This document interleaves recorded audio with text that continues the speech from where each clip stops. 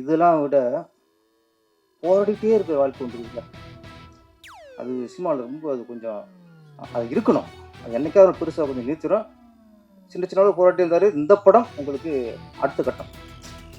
ஆதேஷ் பாலாவுக்கு இந்த விதா வந்து அவருக்கு வந்து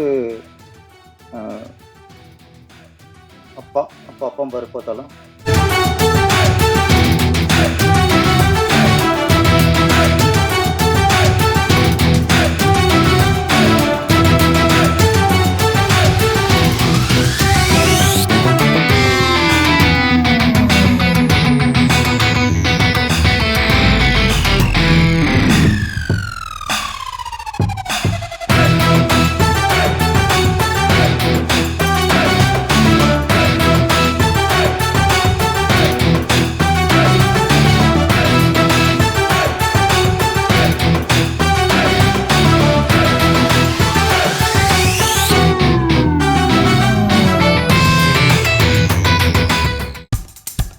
இப்போ நம்ம என்டர்டைன்மெண்ட் ஆக போகுது பிளஸ்.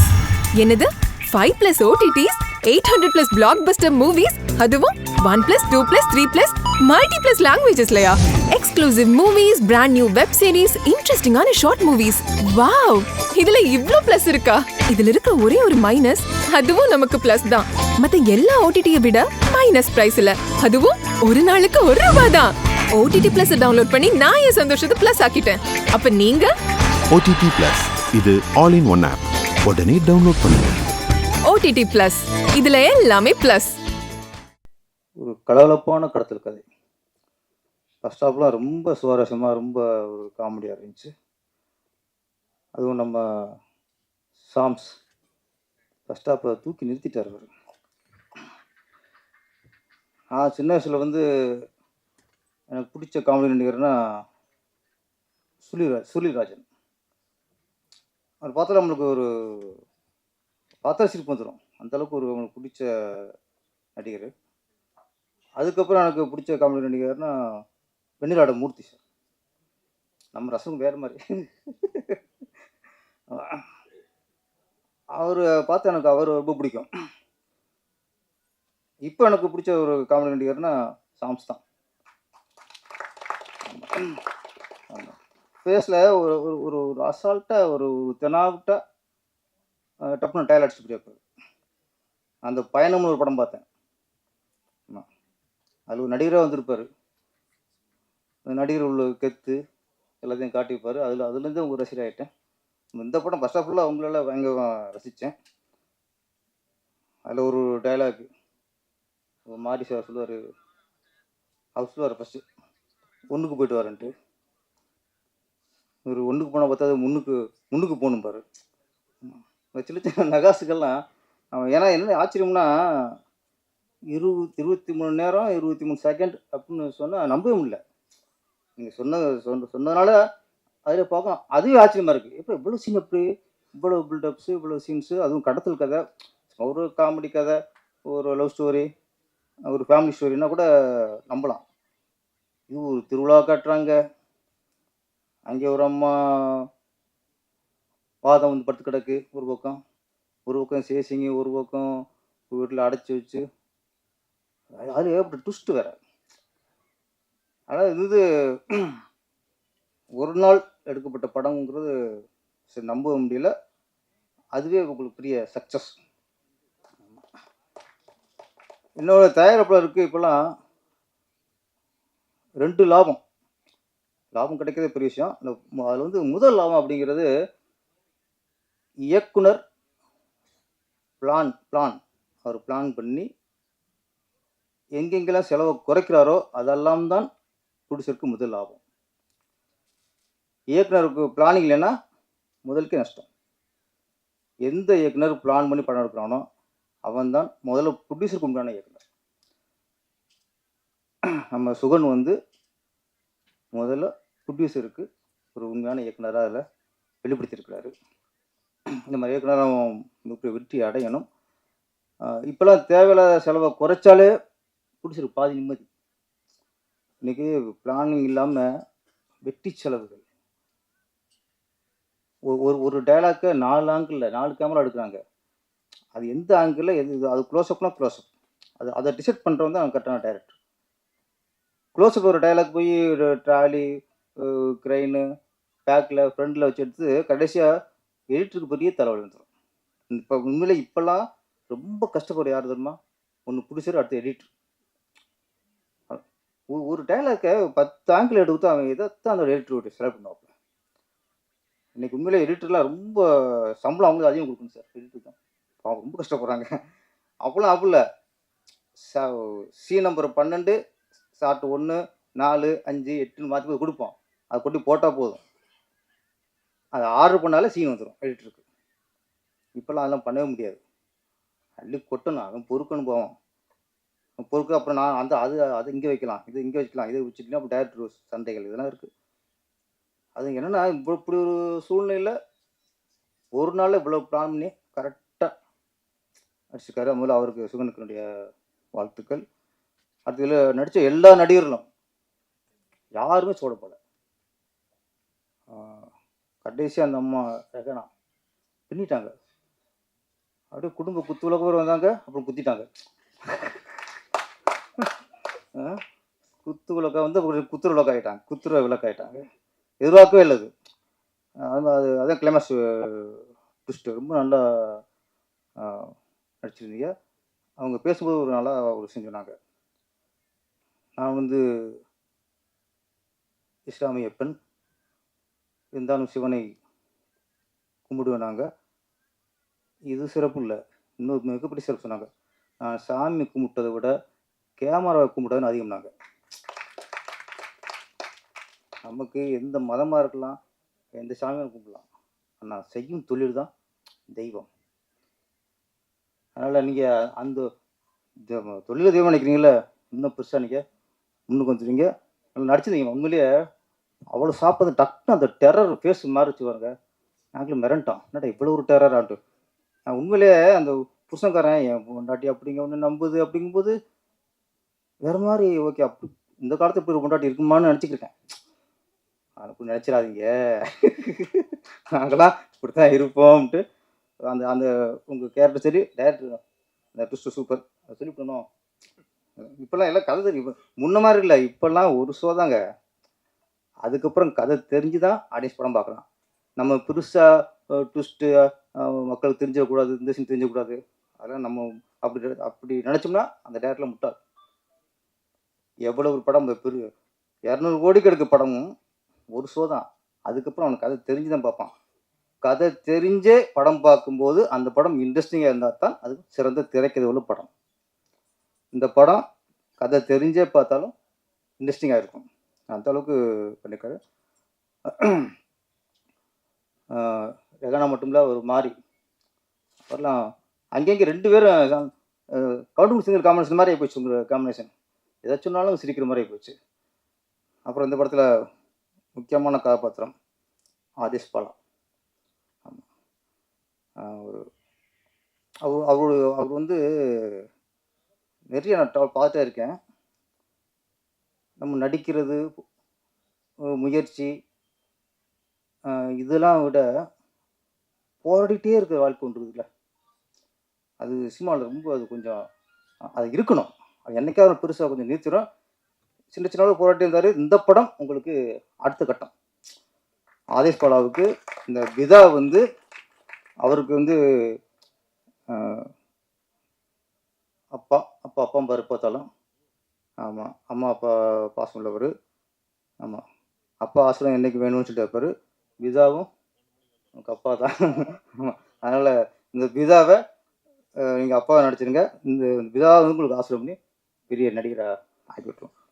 நடிகர்களுக்கு என்னென்னா, இப்போது அசிஸ்டண்ட்டாக ஒர்க் பண்ணுவாங்க, எடிட்டர் அசிஸ்டண்டாக இருப்பாங்க, கேமரா ஒர்க் பண்ணுவாங்க, செட்டாக இருப்பாங்க, ஆர்ட் டிபார்ட்மெண்ட் இருப்பாங்க.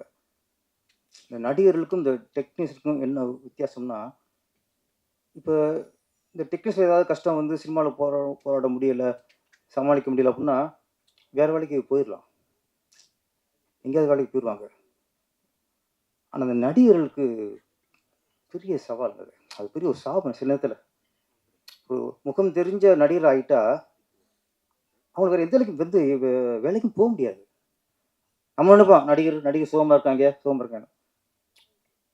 வெற்றி அடைஞ்ச நடிகர்களுக்கும் அந்த புகழும் அந்த இதுவும் கொஞ்சம் சில நேரத்தில் சாபம் மாறிடும்.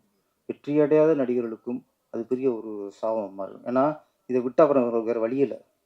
இதிலே தான் கிடக்கணும், இதில் தான் நடிச்சாகணும், இதில் தான் போராடி ஆகணும்.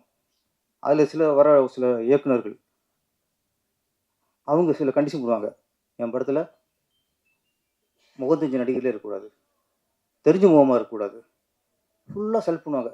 ஆனால் ஹீரோக்கு மட்டும் பெரிய ஆளாக இருப்பாங்க, அது மட்டும் தெரிஞ்ச முகமாக இருக்கலாம். மற்ற அப்பா கேரக்டர், அண்ணி கேரக்டர், இந்த சின்ன சின்ன கேரக்டர்லாம் படத்தில் நடிக்காத ஆளாக இருக்குன்னு தேடுவாங்க. அது என்னென்னு தெரியல எனக்கு. அவங்க எத்தனை இப்போ ராதாரவி சார் இருக்கட்டும், வடிவரிசமாவாக இருக்கட்டும், எத்தனை நடிக்க அவங்க மாதிரிலாம் மீறி யாரும் நீ நடிக்க முடியாது. ஆனால் இல்லை அவங்களாம் பழைய முகம். அப்போ நீ ஹீரோ புதுசாக போட்டுங்கிறேன். ஹீரோ மட்டும் உங்களுக்கு பிஸ்னஸுக்கு உங்களுக்கு மார்க்கெட் உள்ள பழைய நடிகர் தேவைப்படுது. சின்ன சின்ன ஆர்டிஸ்ட் விட்றாங்க. ஏன் சொல்கிறேன்னா இந்த நடிகர்களுக்கெல்லாம் அவங்க வேறு வேலை போக முடியாதுங்க. இதுக்குள்ளே தான் வாழ்ந்து ஆகணும். இதை விட்டு எங்கே போவாங்க? அப்போது ஒரு வர இயக்குநர்கள் நீங்களாம் அவங்க வாய்ப்பு கொடுக்கலன்னா அவங்க கதி என்ன ஆகிறது? எத்தனை பூச்சி வந்துட்டு எவ்வளோ இறக்குவீங்க? நான் சரி சின்ன நடிக்க முடியும். இந்த ரஜினி சார் வச்சுங்க, ரஜினி சார் சூப்பர் ஸ்டார் இருக்கட்டும், அவர் மனுஷன்தான். அவருக்குள்ளேயும் ஒரு ஆதங்கம் இருக்கும். எங்கேயாவது ஒரு இடத்துல ஒரு சராசரி மனுஷனாக வாழணும்னு ஆசைப்படலாம். பாருங்க, ஒரு அம்பானி கல்யாணத்துக்கு போனார். ஆடும்போது அவங்க சராசரி மனுஷன்தான். அந்த இடத்துல ஒரு வெளிப்பாடு ஒரு டான்ஸ் கொண்டு போட்டார். தேசக்குற்றமாக போயிடுச்சு. ரஜினி எப்படி ஆடலாம்? ரஜினி இப்போ எங்கே ஆடலாம்? நீ போய் ஆடு. நான் சொல்கிறேன், ஒரு நடிகர் சூப்பர் ஸ்டார் தான் என்ன உங்களுக்கு அடிமை? அவர் எப்போதும் அவரு எல்லா உணர்ச்சியும் கட்டுப்படுத்தி அப்படியே அமைதியாக அப்படியே முத்திரை வச்சுட்டே உட்காரணும். அவர் சில இடங்கள்ல அவர்களும் மனிதர்களாக சராசரி மனிதராக வாழ விடுங்க. இதெல்லாம் போய் பெருசாக ஒரு விமர்சனம் பண்ணிக்கிட்டு இதெல்லாம் பார்க்கும்போது அவருக்கு இங்கே கூனி குருவார் என்று ஒரு சின்ன ஒரு இடத்துல சந்தோஷப்பட்டோம், ஆடிட்டோம். இது ஒரு பெரிய குற்றம் மாதிரி. இது நியாயத்திற்கு பிரச்சனை இருக்குது நாட்டில், அதை பற்றி பேச மாட்டாங்க. நடிகர் வந்து அங்கே ஆடிட்டார். இங்கே சுட்டு கொலை போடுவாங்க, வெட்டி கொலை போடுவாங்க, கலாச்சாரம் குடிச்சு ஆவாங்க. இதெல்லாம் பிரச்சனை நாட்டில் பிரச்சனை இல்லாமல் இருக்கும். அதான் பிரச்சனை இல்லை. ஒரு நடிகை ஒரு கல்யாண வீட்டில் வந்து சின்ன மூணு போட்டால் பெரிய பிரச்சனை நம்மளுக்கு. நான் சொன்னால் ஆதேஷ் பழுதா நம்ம மகேந்திரன் இவரில் என்ன பெரிய நடிகர் ஆயிட்டாரா? பெரிய நடிகர் இன்னும் போராடிக்கிருக்காரு. எல்லா திறமையும் அவருக்கு இருக்கு. டான்ஸ் ஆடுவார், நல்லா ஃபைட் பண்ணுவார், சென்டிமெண்ட்ஸ் சின்ன பிச்சு உதறுவார். ஏன் இன்னும் எத்தனை வருஷம் போடுவார் அவர்? ஆனால் ஒரு நாளைக்கு அதுக்கான இடத்த பிடிப்பாங்க அவங்க. ஆதேஷ் பழமும் இதுக்கு இன்னும் மிகப்பெரிய ஒரு இடத்த அவர் பிடிப்பார். ஆனால் என்ன, இதில் போராட்டிக்கு இருக்கிறதே இவங்களுக்கு வாழ்க்கை இல்லைங்க. ஒரு ஸ்டேஜில் அவங்களுக்கும் ஒரு வெற்றி அடைஞ்சிட்டோம் அப்படி ஒரு வரணும். நிறையா அது பேர் எங்கேயோ போய் இந்த யூடியூப்பில் என்னென்னமோ பண்ணுறாங்க. பேசுகிறதெல்லாம் கெட்ட வார்த்தையும் பேசுவாங்க. அவங்களுக்கு தேடி போகுது, சினிமா அவங்கள தேடி போகுது. இங்கே எத்தனை நடிக்கிறதுக்கு எத்தனை பேர் இருக்காங்க? இங்கே எவ்வளோ கஷ்டப்பட்டுருக்காங்க. எத்தனை நடிகர்கள் வீட்டோட கொடுக்காம கஷ்டப்பட்டுருக்காங்க. நம்ம யாரை தேடுறோம்? இயக்குநர்கள். நம்ம கேபி சங்கர் சார் எவ்வளோ விஷயம் சொன்னார். என்ன சொல்கிறேன், வர புடிசூரில் வந்து ஒரு டேரக்டர் நம்பிடுறாங்க. இந்த கதை நல்லா இருக்குது, படம் பண்ணிடுவோம், ஒன்று வந்துடுறாங்க. தயவுசு வர புடிசூர்கள் இயக்குனர் மட்டும் நம்பாதீங்க. கதை பிடிச்சிருக்கா படம் பண்ணுங்க. ஆனால் அதுக்கு முன்னாடி சினிமானா என்ன, பேட்டானா என்ன, கன்வென்ஷனா என்ன, யாருக்கு என்ன சம்பளம், யூனிட்டுக்கு என்ன சம்பளம், எல்லாம் தெரியணும். பிஸ்னஸ் என்ன ஆகும், இந்த படத்துக்கு பிஸ்னஸ் ஆகுமா ஆகாதா, என்னென்ன பிஸ்னஸ்ஸு எல்லாம் தெரிஞ்சுக்கிட்டா தான் அவங்க பிடிச்சிருந்து உட்கார வச்சு ஒரு ஏதாவது படத்தை கொஞ்சம் லாபத்தை பார்க்க முடியும். வர சின்ன பிடிச்சலாம் அந்த கேபிள்ஸ் அந்த மாதிரி ஐயாவோட போய் ஒரு அட்வைஸ் கேட்கலாம். ஏன்னா பிடிச்சிருக்க கழிச்சு எத்தனையோ பேர் பிடிச்சிருக்காங்க, நிறைய ஒரு அனுபவங்களும் பிடிச்சிருக்காங்க. அவங்கள்ட்ட கொஞ்சம் கேட்டு தெரிஞ்சுக்கணும். நீங்கள் முதல்ல உங்களுக்கு கதையை கேளுங்க, கதை பிடிச்சா படம் பண்ணுங்க. அதுக்கப்புறம் சினிமானா என்ன, இந்த படம் டேரக்டர் இவ்வளோ படிச்சுட்டு சொல்லிட்டாரு, இது சரியாக வருமா, இதுக்கான ஒரு ஆலோசனை சொன்னேன். நீங்கள் ஆலோசனை கேட்காம படத்தை எடுத்துக்கிட்டு கடைசியாக பிஸ்னஸ் பண்ண முடியல, எந்த ஏரியா விற்கல. படம் வந்து போட்ட காசு வர்றதை விட பின்னாச்சுன்னா அதுக்கப்புறம் ரிலீஸுக்கு பணம் கொடுக்க முடியாது. நிறைய பேர் படம் 2 கோடி படம் பண்ணிடுறாங்க, ஒரு பைசா திருப்பி வர மாட்டேங்குது. அப்புறம் ரிலீஸ் பண்ணுறதுக்கு 40 லட்சம். இதுதான் இன்னைக்கு நிலைமை. அதானே சார் கேப்ஷன் சார்? படம் பண்ணிட்டோம், அப்புறம் அது கௌரவத்துக்காக படம் முட்டமே அப்படி வச்சுருந்தா அசிங்கமாக போயிருங்கிறதுக்காக கௌரவத்துக்காக திருப்பி 40 லட்சம் 50 லட்சம் செலவு பண்ணி அவங்களே எல்லா தேட்டரும் பேசி ரிலீஸ் பண்ணுறாங்க. இதெல்லாம் போடணும்னா கொஞ்சம் ஆலோசனை கேட்கணும். நம்ம சிவராம் சாரா, சிவராஜ் சார், அவர் 3 மணிக்கான நேரம் எல்லாம் கற்றுருப்பார். அவருக்கு ஆலோசனை தேவையில்லை நினைக்கிறேன். ஏன்னா 3 இடம் பண்ணியிருக்காரு, எல்லா விஷயம் நீங்கள் கற்றுருப்பீங்க. நம்ம சுகன் சார், நீங்கள் வந்து பிளான் பண்ணி 23 மணி நேரம் 23 நிமிஷத்தில் படம் பண்ணியிருக்கீங்க. அது உண்மையிலே அதையும் தரமாக பண்ணியிருக்கீங்க. திரும்ப அடுத்த முயற்சிகள் இது மாதிரி நீங்கள் பண்ண வேணாம். ஒரு சாதனை போதும். நீங்கள் அதுக்கப்புறம் நீங்கள் ஒரு 20 நாள் 30 நாள் கூட படம் பண்ணுங்க. தேவையில்லாமல் ஒரு 100 நாள் 150 நாள் பண்ணாமல் உங்கள் கதைக்கு என்னமோ அது நாட்களை குறைச்சிக்குங்க. ஏன்னா இதுவே இதை சாதனை வந்து வாழ்க்கை ஓட்டிகிட்டு இருக்க முடியாது. அடுத்த கட்டத்துக்கு போகணும். இன்னும் தரமான படங்களை கொடுக்கணும். இன்னும் நல்ல ஒரு மிகப்பெரிய வெற்றி படங்கள்லாம் கொடுக்க வேண்டியிருக்கு. அடுத்து இங்கே பிளான் பண்ணி ப்ரொடியூசருக்கு வீண் செலவு இல்லாமல் படத்தை பண்ணுங்கள். இந்த படம் மிகப்பெரிய வெற்றி அடைய வேண்டும். ஏன்னா இதில் நடித்த எல்லா நடிகர்களுமே சின்ன சின்ன நடிகர் தான். அதனால் இந்த வெற்றி அடைஞ்சால் சாம்ஸ் இன்னும் பெரிய ஒரு நாளைக்கு ஒரு 10 லட்சம் வாங்குற மாதிரி. ஆமாம், நான் கூப்பிட்டா ஒரு நாளைக்கு 5 லட்சம் வாங்கிக்கணுங்க. மற்ற டைரக்டர்லாம் 10 லட்சம் வாங்கிக்கணுங்க. இந்த மாதிரி எல்லாம் இருந்தால் சம்பத்ராம் எல்லாருமே சினிமாவை கட்டி பிடிச்சி உருளாருங்க. அதான் வேற ஒன்றும் சொல்ல முடியாது. என்னால் சினிமாவை கட்டி பிடிச்சி விட மாட்டாங்க அவங்களாம். அவர் ஆமாம், இங்கே தான். ஆமாம், நான் சொல்ல உண்மை தானே. எங்கேயும் போவோம் நடிகர்கள். அதனால் நடிகர்களில் தயவுசெய்து சினிமா இளம் இயக்குநர்கள் வந்து சினிமாவை நம்பியிருக்க நடிகர்களை கைவிடாதீங்க. நன்றி, வணக்கம். வணக்கம். அதிகமாக பேசக்கூடாது, டைம் ஆயிடுச்சு. இருந்தாலும் எல்லாத்தையுமே சொல்லி ஆகணும். இந்த படம் சில கசப்பான விஷயங்களும் இருக்குது, ரொம்ப சந்தோஷமான விஷயங்களும் இருக்குது. இந்த படத்தில் முதல்ல நான் நன்றி சொல்கிறது யாருன்னா விச்சூர் தலைவர் சங்கர், அவருக்கு தான் நன்றி சொல்லணும். ஏன்னா இந்த படம் தொடங்குறதுக்கு அவர் தான் முன் உதாரணமாக இருந்தார். ஸோ சில காரணங்களால் அவர் பண்ண முடியாமல் போயிடுச்சு. அதுக்கப்புறமா ஆர்சிசி பில்டர் சதாசிவன் ஒருத்தர், அவர் இந்த படத்தை முடிக்கிறதுக்கு காரணமாக இருந்தார். அவருக்கு நான் நன்றியை சொல்லிக்கிறேன்.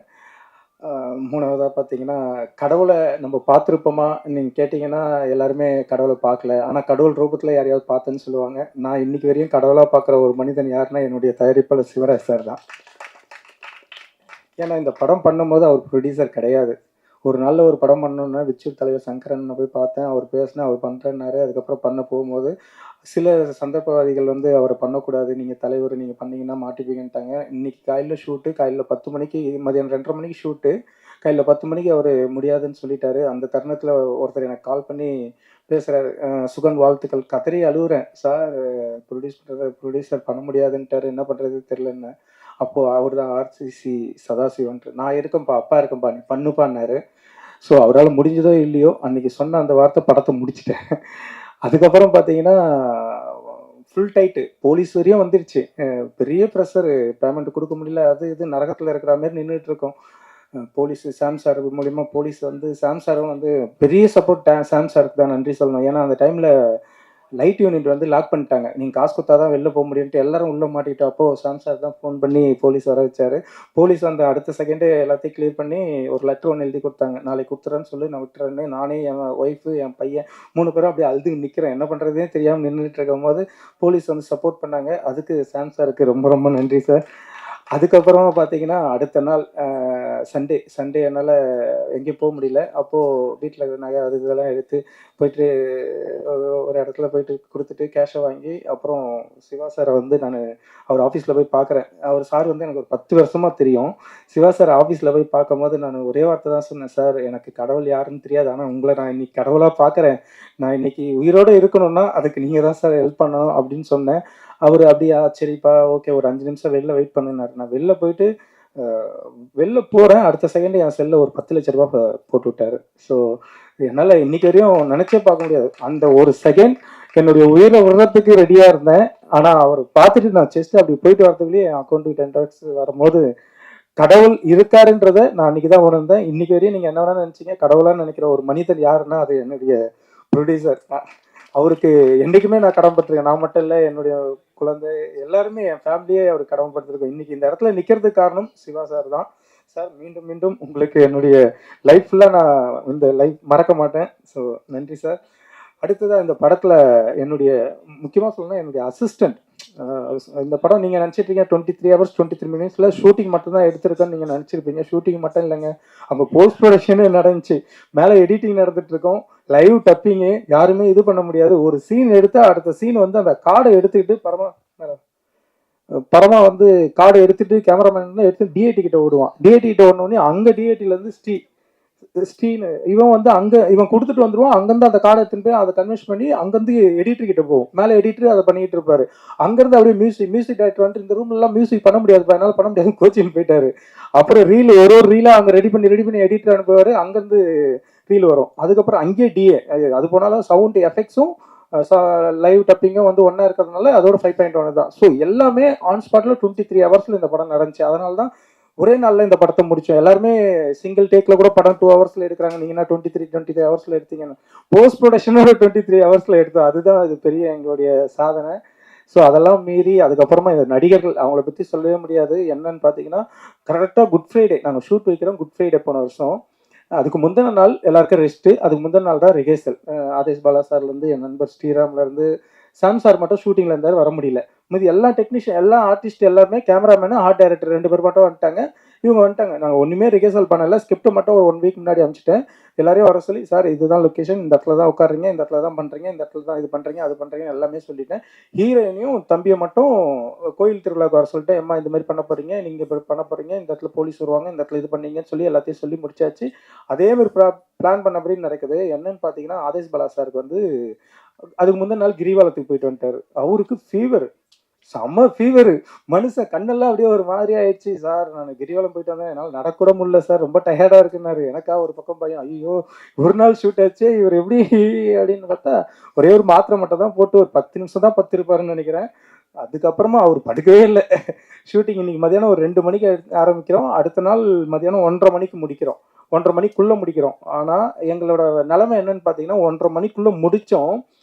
அடுத்த எல்லாரும் ரெஸ்ட்டு தூங்கணும்னு தான் நினைப்பாங்க. எங்களை லைட் யூனிட் லாக் பண்ணதுனால எங்களால் வெளியே போக முடியல. எல்லாம் உட்காந்து அப்படியே பரபரப்பாக பேசிகிட்டு இருக்கோம். என்னடா இப்படி போகிறது, பணம் இல்லையா அப்படி இப்படின்னு பேசிகிட்டு இருக்கும்போது அங்கே லைட் யூனிட் எங்களை பார்த்து நாங்கள் சிரிச்சின்னு பேசிகிட்டு இருக்கோம். இத்தனைக்கும் அவ்வளோ வரிகளையும் சிரிச்சின்னு பேசிகிட்டு இருக்கோம். அப்படியா அப்படியா அப்படின்னு சிரிச்சின்னு தான் பேசிகிட்டு இருக்கோம். அதுக்கப்புறம் நைட்டு 10 மணிக்கு மேலே போலீஸ் வந்த பிறகு தான் நாங்கள் ரிலாக்ஸ் ஆகி வெளியே வந்தோம். நிறைய பிரச்சனைகளை அனுபவித்தோம். அதுக்கப்புறம் பார்த்தீங்கன்னா பிரச்சனைகள் இதுதான். படப்பிடிப்பு அனுபவம், இந்த அனுபவமே இல்லாமல் பண்ண படம் தான் பிதா. அதுக்கப்புறம் கலைஞர் நகர் 23 hours, இதோட ரெக்கார்டை நாங்கள் வச்சோம் 23 hours. அது பார்த்தீங்கன்னா எல்லாம் பெரிய artist, Prajin, Livingston sir, love today, Kathir, அது இதுன்ட்டு. ஸோ எல்லாமே பெரிய பட்டாலும். அது இந்த படம் அனுபவமே இல்லாமல் எடுத்த ஒரு படம் எதுன்னு பார்த்தீங்கன்னா பிதா. எங்களுக்கு வந்து ஷூட்டிங் எப்படி எடுக்க போகிறோம், ஏது ரிகர்சல் எல்லாம் பக்கா பிளான் பண்ணிட்டோம், எல்லாம் இது பண்ணியாச்சு, எடுத்து முடிச்சிட்டோம். அதுவே பெரிய அனுபவம். பட்டு 23 மணி நேரத்தில் நாங்கள் அந்த கிட்டத்தட்ட அந்த இடத்துல பார்த்தீங்கன்னா அந்த கோயில் திருவிழாவுக்கு ஒரு 50,000-லேருந்து 60,000 பேர் கிட்ட இருப்பாங்க அந்த திருவிழாவில். அந்த திருவிழாவில் படம் எடுக்கணும். எந்த பக்கம் பார்த்தாலும் அவங்க கேமரா இருக்கும், அவங்க கேமராவை ஏமாற்றணும். அவங்க எங்கே பார்த்தாலும் போலீஸ் இருக்கும், போலீஸை ஏமாற்றணும். இதில் 2 சின்ன கேரக்டர். இதில் நீங்கள் படம் பார்த்தீங்கன்னா தெரியும், சின்ன சின்ன ஒரு சீன் வந்திருந்தாலும் அவங்க படத்தில் பேசுறது. சின்ராஜ் சார் வந்திருக்காருன்னு நினைக்கிறேன். அவரு ஒரே ஒரு சீன் தான் வருவார். அவர் ஸ்கோர் பண்ணிட்டு போயிருப்பார். போலீஸ் கேரக்டர் 2 பேர் வந்திருப்பாங்க, அவங்க ஸ்கோர் பண்ணிட்டு போயிருப்பாங்க. ஆரஞ்சு மிட்டாய் பிரபா எல்லாருமே வந்து அவங்க ஒரு சீன் வந்தாலும் ஸ்கோர் பண்ணிட்டு போயிருப்பாங்க. அந்த திருவிழாவில் அவ்வளோ சீட் பண்ணி அவ்வளோ பிளான் பண்ணி எடுக்கிறோம். அந்த பிரச்சனையும் மாட்டியும் தப்பிச்சு படத்தை முடிச்சு இன்னைக்கு வந்து திரைக்கு வருது. ஸோ இதுக்கப்புறம் என்னுடைய cameraman, music director, art director, so எல்லாருமே நன்றி. ரொம்ப முக்கியமாக சொல்ல போனால் ஸ்ரீராம், அவர் வந்து பார்த்தீங்கன்னா என்னுடைய நெருங்கிய நண்பர், ஒரு 10-15 வருஷமாக நண்பர். அவர் சொன்ன மாரி தான், படத்தில் ஒரு சின்ன கேரக்டர் தான் நண்பா, ஆனால் நீ தான் ஹீரோ அப்படின்னு. நீ எனக்கு 0 கொடுத்தா கூட நான் வந்து நடிக்கிறேன் அப்படின்னு சொல்லி வந்து நடித்தவர் தான். ஸோ அவருக்கு நன்றி. சாம் சார் கேரக்டருக்கு ஏகப்பட்ட பேரை செலக்ட் பண்ணோம். யாருமே பெரிய பெரிய ஆக்டர்லாம் கூட செலக்ட் பண்ணி நடிக்க வைக்கணும்னு பார்த்தா எங்க சுத்தினாலும் சாம் சார் தான் வந்து நிக்கிறாரு. ஸோ அந்த நிக்கிறதோட பிரதிபலிப்பு தான் இன்னைக்கு இந்த படத்துல பெரிய அச்சீவ்மெண்ட். சாம் சாருக்கு மீண்டும் ஒரு பெரிய நன்றி. இந்த விழாவுக்கு வருகை தந்த எல்லாருக்குமே மிக்க மிக்க நன்றி. அரவிந்த் ராஜ் சாருக்கு வந்து நான் செல்லப்பிள்ளை மாதிரி என்னுடைய நிகழ்ச்சிக்கு எல்லாத்துக்குமே வந்துருவாரு. நான் வளரணும்னு ஆசைப்படுறதுல அவர் ஒருத்தர். அரவிந்த் ராஜ் சார் வணக்கம். பேரரசு சார் இது வரையும் நம்ம நேரில் இது வரையும் மீட் பண்ணதில்லை, இதான் ஃபர்ஸ்ட் டைம். சார் நல்லா அற்புதமாக அழகாக பேசுனீங்க, உங்களுக்கு நன்றி சார். அப்புறம் மாஸ்டர் மகேந்திரன் சார் வணக்கம். ஜெனி சார் மூலிமா நீங்கள் வந்தீங்க, ஸோ உங்களுக்கு நன்றி. பைரி ஹீரோ சைத் அவருக்கு ஒரு கதை சொல்லிட்டு வந்தேன். அவருக்கு நெக்ஸ்ட் ஒரு ப்ராஜெக்ட் ரெடி ஆகிட்டு இருக்கு. அது ஒரு குட் நியூஸ் என்னன்னு பார்த்தீங்கன்னா, என்னுடைய குருநாதர் ரமேஷ் செல்வன் உளவுத்துறை ஜனனம் ரென்வே இந்த படம்லாம் எடுத்திருந்தாரு. ஒரு முந்தானத்தை எனக்கு கால் பண்ணார். கால் பண்ணி சுதன் பேப்பரில் போஸ்ட் பார்த்தப்பா, வாழ்த்துக்கள் பண்ணார் சார், ரொம்ப சந்தோஷம் சார், நீங்கள் எனக்கு வாழ்த்துக்கள் சொல்கிறது ரொம்ப சந்தோஷம் சார்னு. என்ன பட்ஜெட்டில் இந்த படத்தை பண்ணனாரு சார்? ஒரு சின்ன பட்ஜெட்டில் தான் சார் பண்ணோம் அப்படின்னு. இல்லைப்பா சொல்லுப்பா. அப்புறம் நான் சொன்னேன் இது பண்ணிட்டு, சரிப்பா ஒன்று பண்ணு, நீ என்ன பண்ணுற, நான் வெளியூருக்கு போகிறேன், சண்டே வந்துடும், நீ மண்டே வந்து எனக்கு கதை சொல்லு, உடனே ஆரம்பிச்சிடும், நவம்பரில் படம் ரிலீஸ் பண்ணுறோன்னாரு. எனக்கு ஒன்றுமே புரியல. என்னடா இது திடீர்னு ப்ரொடியூசர் கிடைக்கிறதே கஷ்டம், படம் ரிலீஸே ஆகல, அதுக்குள்ளேயே இவர் வந்து நீ வந்து திங்கக்கிழமை கதை சொல்லிட்டு அவள் தான் அட்வான்ஸ் வாங்கிப்போ, நவம்பரில் நம்ம படத்தை ரிலீஸ் பண்ணலான்னாரு. ஸோ அவர் படம் பண்ணுறாரு பண்ணலன்றது ரெண்டாவது விஷயம். ஆனால் என்னுடைய குருநாதர் எனக்கு வந்து ப்ரொடியூஸ் பண்ணுறேன்னு சொன்னது அது எனக்கு ஒரு பெரிய சந்தோஷம். இதில் இன்னொரு விஷயம் பார்த்தீங்கன்னா, எல்லாருமே கொஞ்சம் பெரிய ஆர்டிஸ்ட்டு நடிச்சிருக்காங்க. அனு கிருஷ்ணா வந்து இந்த படத்தில் காசு வாங்காமல் நடிச்சிருக்காங்க, ஹீரோயின். அவங்க தங்கச்சின்னு தான் கூப்பிடுவேன். ₹1 கூட காசு வாங்கலை அவங்களுக்கு. அப்புறம் சிவன், அவரும் காசு வாங்கலை, சேலத்துலேருந்து வந்து நடிச்சிருக்காரு, அவரும் காசு வாங்கலை. எல்லாருமே கம்மியாக தான் காசு வாங்கினாங்க. காசு வாங்கலைன்றதுக்காக மற்றவங்களாம் காசு அதிகமாக வாங்கிட்டாங்களே, எல்லாருமே கம்மியாக தான் வாங்கினாங்க. இருந்தாலும் அந்த நட்புன்ற ஒரு இது வந்து இந்த படத்து மூலிமா ஏற்பட்டுச்சு. அதுக்கப்புறமா நான் அடுத்தடுத்த படங்கள் பண்ணும்போது அதில் நான் இவங்களை போடலன்னு அவங்க ஃபீல் தான் பண்ணுறாங்க. பட் இருந்தாலும் தொடர்ந்து நம்மளால கொடுக்க முடியாது இல்லையா, அந்தந்த கேரக்டருக்கு ஏற்ற மாதிரி தான் கொடுப்போம். அடுத்தது இதே கூட்டணி அடுத்த படம் இப்போ ஆரம்பிக்கிறதுல சேர்றோம். ஸோ எல்லாருமே அந்த படத்தில் இருப்பீங்க, அது இது சொல்லிக்கிறேன். அப்புறம் என்னுடைய மகன் இதில் வந்து பண்ணியிருக்கான். அப்போ அவனுக்கு 8 வயசு. 8 வயசுல அவனுக்கு வந்து ஷூட்டிங் வந்து என்னன்னே தெரியாது. ஒரு ஷார்ட் ஃபிலிம் நடிக்க வச்சேன். அதுக்கப்புறம் அவனை நடிக்க வச்சேன். எல்லாருமே பயந்துட்டாங்க. ரிஹர்சல் பார்க்கும்போது ஐயோ இவன் என்ன ஒன்றுமே பண்ணலையே அப்படின்னு திணறிட்டாங்க. ஆனால் அதையும் தாண்டி அதுக்கப்புறமா என்னன்னு தெரியல, அந்த அம்மா சுதா அம்மா உள்ள அம்மா கேரக்டர் பண்ணாங்க. அவங்க கூட்டிட்டு போய் ஏதோ அவங்களுக்கு ட்ரீட்மெண்ட் கொடுத்தோம். 10 நாள் சாப்பிடாம திடீர்னு சாப்பிட்டு வந்து வெளில வந்து தெம்பா நின்னா எப்படி நிற்பான், நான் ரெடிப்பா அப்படின்னு சொல்லிட்டு வந்து அசால்ட்டாக பண்ணுறேன். எல்லாருமே படம் பார்த்துட்டு என்னப்பா ரிஹர்சல் அப்படி பண்ணேன், இப்போ அசால்ட்டாக பண்ணிட்டானே அப்படின்ற மாதிரி சந்தோஷப்பட்டாங்க. அதேமாரி ரகானா மேடம்க்கு வந்து மறுபடியும் சொல்கிறேன், அவங்களுக்கு பெரிய லைஃப் இந்த படம் மூலிமா. அவங்கள அடுத்த எழுதி வச்சிங்க. நீலாம்பரி மாரி அவங்க அடுத்தது ரம்யா கிருஷ்ணன் வருவாங்க. ஸோ ரம்யா கிருஷ்ணன் அளவுக்கு அவங்களுக்கு அந்த தகுதி இருக்குது. ஸோ அந்த படத்தில் நீங்கள் பார்த்துருப்பீங்க அவங்களோட பர்ஃபார்மன்ஸு. சிறுகிய கொஞ்சம் நேரம் வந்தாலும் அந்த கொஞ்ச நேரம் அவங்க ஸ்கோர் பண்ணியிருப்பாங்க. கடைசி 20 நிமிஷம் தான் அவங்க ட்ராவலு. அந்த கொஞ்சம் 20 நிமிஷமே வந்து ஆடியன்ஸை ஃபுல்லாக அவங்க பக்கம் இழுத்துருப்பாங்க. ஸோ அதுமாரி ஒவ்வொருத்தருமே போட்டு நடித்தாங்க. மாரிஸ் ராஜாவை பற்றியும் சொல்லணும். அவரு கடுமையான உழைப்பாளி. என்னுடைய ஷார்ட் ஃபிலிமில் நடித்தார். அதுக்கப்புறமா அவர் என்னை ஃபாலோ பண்ணின்னு இருந்தார். இன்னைக்கு வரையும் ஃபாலோ பண்ணி தான், நடித்ததுக்கப்புறமும் ஃபாலோ பண்ணிட்டு இருக்காரு. ஸோ மாரிஸ் ராஜாவுக்கும் நன்றி. ஸோ வந்திருக்க எல்லாருக்குமே நன்றி. நான் அதை பற்றியா சொல்லினா தப்பாக நினச்சிக்காதீங்க. அதுக்கப்புறமா பார்த்தீங்கன்னா ஜெனி சாரை பற்றி சொல்லணும். ஜெனி சார் எனக்கு ஒரு வருஷத்துக்கு முன்னாடி ஆதேஷ் பாலாஜன் சார் தான் இன்ட்ரடியூஸ் பண்ணி வச்சார். இன்ட்ரடியூஸ் பண்ணி வைக்கும்போது சரி சார், நான் அவர்கிட்ட பேசும்போது சார் எப்படி சார்னா படம் ரிலீஸ் பண்ணிடலாம் சார், எத்தனை தேட்டர் எதிர்பார்க்குறீங்க, இவ்வளோ பட்ஜெட் என்ன பண்ணலாம் அப்படின்னாரு. நான் அவர்கிட்ட அப்போ சொல்லுறது என்ன சொன்னேன்னா, நான் வந்து தரமான படம் எடுத்திருக்கேன், நான்லாம் காசு கொடுத்தெல்லாம் ரிலீஸ் பண்ண மாட்டேன். ஸோ படம் நானே தான், நீங்களாம் வாங்கி ரிலீஸ் பண்ணால் பண்ணீங்கன்னு அந்த புரிதலோடு ஒரு நாள் ட்ராவல் பண்ணி இப்போ படம் பண்ணியிருக்கோம். இதில் ஒரு பெரிய குட் நியூஸ் என்னன்னா, என்னுடைய தயாரிப்பால் என்னுடைய கடவுள் அவர் சொல்லியிருக்க ஒரு வார்த்தை என்னன்னா, ஜெனி சார் கிட்ட என்னுடைய 3 படத்தையும் நீ ரிலீஸ் பண்ணுப்பா அப்படின்ட்டாரு. ஸோ அந்த அளவுக்கு அவர் ஒரே மீட்டிங் தான், அந்த மீட்டிங்லேயே அவர் நல்ல பேர் வாங்கியிருக்காரு. அது ஒரு எனக்கு சந்தோஷம். ஏன்னா நான் கொடுக்குற ஆள்லாம் நல்ல நான் அதேமாதிரி ப்ரொடியூசர் கிட்ட ஒரே வார்த்தை தான் சொல்லுவேன், சார் நான் அந்த பட்ஜெட்டில் படம் பண்ணி தரேன்னா அந்த பட்ஜெட்டில் தான் பண்ணுவேன், அதுக்கு மேலே ₹1 வாங்க மாட்டேன். ஸோ அதனால தான் எங்களுடைய நட்பு இன்னைக்கு வரையும் தொடர்ந்துகிட்டு இருக்கு. இது இன்னைக்கு வரையும் தொடர்ந்து இனிமேலும் தொடரும். ஏன்னா அவர் ஊருக்கு நான் தான் நிகழ்ச்சிகள் பண்ணிட்டு இருக்கேன். பேசிக்காக நான் டான்ஸ் மாஸ்டர். அதனால தான் என்னுடைய நண்பர்கள் அஜித் கெட்ட போட்டு ராஜ் வந்திருக்காரு, விஜய் செந்தில் எங்க இருக்காரு, விஜய் செந்தில் இவரை பார்த்துருப்பீங்க, செந்தில் விஜய் கெட்டப்லாம் போட்டு இது பண்ணிட்டு இருக்காரு. டிஆர் சார் வந்திருக்காரு. டிஆர் சார் வந்திருக்காரு. அதுக்கப்புறமா பொம்மை போட்டிருக்காரு இல்லையா ஸ்ரீபால், அவரும் நிறைய வெரைட்டி ஷோஸ்லாம் பண்ணிட்டு இருக்காரு. ஸோ எல்லாரை பற்றியும் சொல்லிக்கினே போகலாம், டைம் இல்லை. அப்புறம் எனக்கு கோ டைரக்டராக ஒர்க் பண்ண 2 பேரை பற்றி சொல்ல மாட்டேன். அருண் வந்து பார்த்தீங்கன்னா ஒரு படத்தில் டைரக்ஷன் பண்ணியிருக்காரு. 2 வந்து இந்தமாரி இதுவாவது 40,000 பேர் பார்த்துருப்பீங்க. அதில் வந்து கிட்டத்தட்ட ஒரு 2 லட்சம் 3 லட்சம் பேரை வச்சு பண்ணியிருக்கேன், கலைஞர் நகர் 2. அதுவும் மிக விரைவில் தேட்டருக்கு வருது. ஸோ அனைவருக்கும் நன்றி. சுமையா மேடமுக்கும் நன்றி. ஐயோ சாரி, இந்த படத்துல அருள்மணி சார் இப்ப இல்ல அவரு. ஸோ அவரு இந்த படம் பண்ணும்போது அவரு எனக்கு ரொம்ப சப்போர்ட் பண்ணாரு. அவரை நான் எப்படி மறந்தேன்னு தெரியல. அருள்மணி சார் இன்னைக்கு எங்களை விட்டு பிரிந்தாலும் இந்த படத்து மூலியமா எல்லார் மனதிலையும் நிற்பார் என்றது நம்புகிறேன். நன்றி, வணக்கம். இப்போ உங்க என்டர்டைன்மெண்ட் ஆக போகுது plus 5+ OTT 800+ blockbuster movies 1+, 2+, 3+ multi+ languages exclusive movies, brand new web series, இன்ட்ரெஸ்டிங்கான ஷார்ட் மூவிஸ், இப்படி நிறைய பிளஸ். வெயிட் இதுல மைனஸ் ஒரு விஷயமும் இருக்கு. மத்த எல்லா ஓடிடிஸை விட மைனஸ் பிரைஸ்ல ஒரு நாளைக்கு ₹1 மட்டும்தான். உங்க சந்தோஷத்தை பிளஸ் பண்ண போற OTT பிளஸ் இப்ப உங்க கையில. உடனே டவுன்லோட் பண்ணுங்க. OTT Plus இது ஆல் இன் ஒன் ஆப். உடனே டவுன்லோட் பண்ணுங்க. என்டர்டெயின்மெண்ட்டை பிளஸ் பண்ணுங்க OTT பிளஸோட.